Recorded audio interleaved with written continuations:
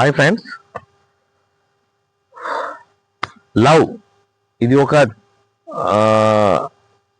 ప్రకృతిలో అది ఒక అందమైన పదం, ఒక అందమైన బంధం లవ్. అలాంటిది ఈ రోజుల్లో లవ్ చేసుకుంటున్నారు, పెళ్లి చేసుకుంటున్నారు. సరే, లవ్ చేసుకునేటప్పుడు ఒకరిని ఒకరు చూసి ఒకరిని ఒకరు నచ్చినాకనే కదా పెళ్లి దాకా వెళ్ళేది. వాళ్ళు పెద్దల్ని ఎదిరించి వాళ్ళందరినీ వదులుకొని ప్రపంచం బయటికి వచ్చేసి పెళ్లి చేసుకొని పిల్లల్ని కానీ సమాజంలో బతుకుతూ ఉన్నారు. అవన్నీ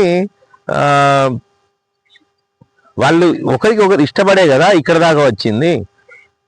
పెద్దలు కుదిర్చిన పెళ్ళిళ్ళు కూడా ఉన్నాయి. ఆ పెద్దలు కుదిర్చిన పెళ్లిలో కూడా ఒకరిని ఒకరు చూసుకోవడము, ఒకరి కుటుంబం గురించి ఒకరు తెలుసుకోవడము, ప్రతిదీ వారికి అనుకూలంగా ఉంటేనే అక్కడి దాకా 90% పెళ్ళిళ్ళు జరుగుతున్నాయి అన్నమాట.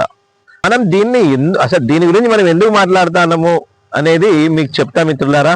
అయితే ఒకటే నేను చెప్పే ముందు ఏంటంటే, మన ఛానల్ని లైక్ చేయండి, షేర్ చేయండి, మన వీడియోస్ని ఇవి మాత్రం మర్చిపోకండి మిత్రులారా. సబ్స్క్రైబ్ చేసుకోండి, ఎందుకంటే ఇక ముందు ఇంకా కొన్ని మంచి వీడియోలు నేను చేస్తాను. కాబట్టి మీ అందరి సపోర్టు ఈ రకంగా నాకు దొరికితే బాగుంటుంది అనేసి నేను కోరుకుంటున్నా.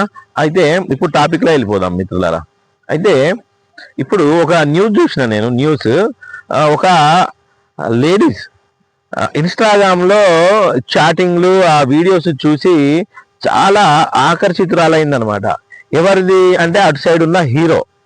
ఆ హీరోది ఆయన ముఖం చూడలే, ఏం చూడలే. ఇక సరే ముఖం చూసే ఉండొచ్చు, కానీ ఆయన చూసేతోనే ఇక అట్రాక్ట్ అయింది. ఇక ఆయన మెసేజ్లు, ఇక ఆయన మాటలు అవన్నీ అట్రాక్ట్ అయ్యి ఆమె ఏం చేసిందంటే, తనకు పిల్లలు ఉన్నారనమాట. ఆ పిల్లలే కాదు, తన భర్త కూడా ఇడిచిపెట్టి ఆ అందమైన హీరో దగ్గరికి వచ్చింది. అయితే ఆయన ఏమని పరిచయం చేసుకున్నాడంటే, నేను బడా బిజినెస్ మ్యాన్ని, నా దగ్గర కట్టలు డబ్బులు ఉన్నాయి, నేను ఒక చాలా రిచ్ కిడ్ని నేను అనేసి ఆయన ఆమెతోని పరిచయం చేసుకున్నాడు అనమాట.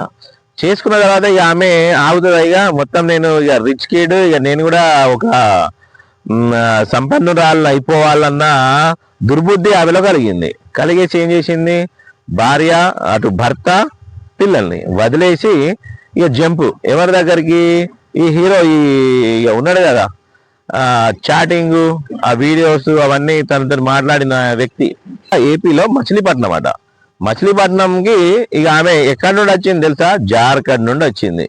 జార్ఖండ్ నుంచి వచ్చి ఒక్కసారి ఆ హీరోని చూసుడుతోనే జలక్కిగా ఆమె పరేషాన్ అయిందనమాట. పరేషాన్ ఎందుకు అయిందంటే, ఆయన ఒక రోజువారీ కూలి. ఆ రోజువారీ కూలి ఏం చేసిండంటే, నేను ఒక పెద్ద బిల్గేట్స్ని, నా దగ్గర ఉన్న సంపాదన ఇంకెవరి దగ్గర లేదు, నేను ఘోరంగా చూసుకుంటా అనేసి ఆమెతోని నమ్మబలికిండు. ఆ పిచ్చిది నమ్మేసి వచ్చేసినాక అక్కడ ఎట్లా ఫ్యామిలీ ఉంది కదా, ఆ ఫ్యామిలీ పోలీస్ కేసు అవి పెట్టడం వల్ల పోలీసులు అందరూ ఆమె అలా ఫోన్ సిగ్నల్ ద్వారా ఆమెను పట్టుకోవడం జరిగింది. ఆ ఫోన్ సిగ్నల్సే లేకుంటే ఆమె పరిస్థితి ఏమయ్యేదో మనము బాగా ఊహకే వదిలేస్తున్నా. ఎందుకంటే రోజు మనము పేపర్లో, ఈ న్యూస్లో, ఈ సోషల్ మీడియాలో చూస్తూనే ఉన్నాము అమ్మాయిల పట్ల, ఆడవాళ్ళ పట్ల ఎట్లా జరుగుతుందో. అలాంటివి దేవుని దయ వల్ల జరగకుండా ఆ అమ్మాయిని మళ్ళీ ఆమెను వాళ్ళ కుటుంబాలకు పోలీసులు అప్పచెప్పడం జరిగింది. అయితే ఇక్కడ ఒకటి చెప్పాలి, తన భర్త చాలా మంచోడు, తను ఒక దేవుడు లాంటోడు. భర్త తనకు దొరికిండు కాబట్టి తనను మళ్ళీ యాక్సెప్ట్ చేయగలిగింది ఆయన. జార్ఖండ్ దంపతులు ఇద్దరు మళ్ళీ లవ్ మ్యారేజ్ వాళ్ళది. అంత లవ్ చేసుకొని, అంత ఇది చేసుకొని, ఆడెవడో తెలియని దగ్గర ఆ చాటింగ్లు చేసుకుంటూ వాళ్ళ దగ్గర పోవడం ఏందో మాత్రం నాకైతే అర్థం కాని విచిత్రమైన పరిస్థితి ఏర్పడ్డది అనమాట ఆ న్యూస్ చూసుడుతోనే నాకు. అయితే నేను ఇక్కడ ఒకటే చెప్పదలుచుకున్నా మిత్రులారా, ఇప్పుడు ఇంత మంచిగా ఒక భార్య భర్త ఇద్దరు కలిసి ఉన్నప్పుడు అదే విధంగా బతకాలే కానీ ఎవడో మధ్యలో కోనికిసుక గిట్టంగా వచ్చేసరికి వాడిని చూసి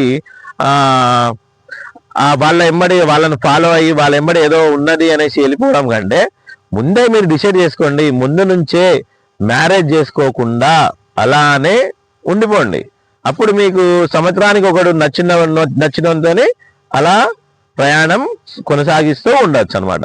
మీరు పెళ్లి చేసుకొని పిల్లలు కనేసి భర్తనో భార్యనో ఎవరినో ఒకరిని వదిలేసి ఎవరితోనో వెళ్ళిపోతూ ఉంటే ఏం జరుగుతుంది అంటే ఆ పుట్టిన పిల్లలు అగౌరవానికి లోనవుతారు.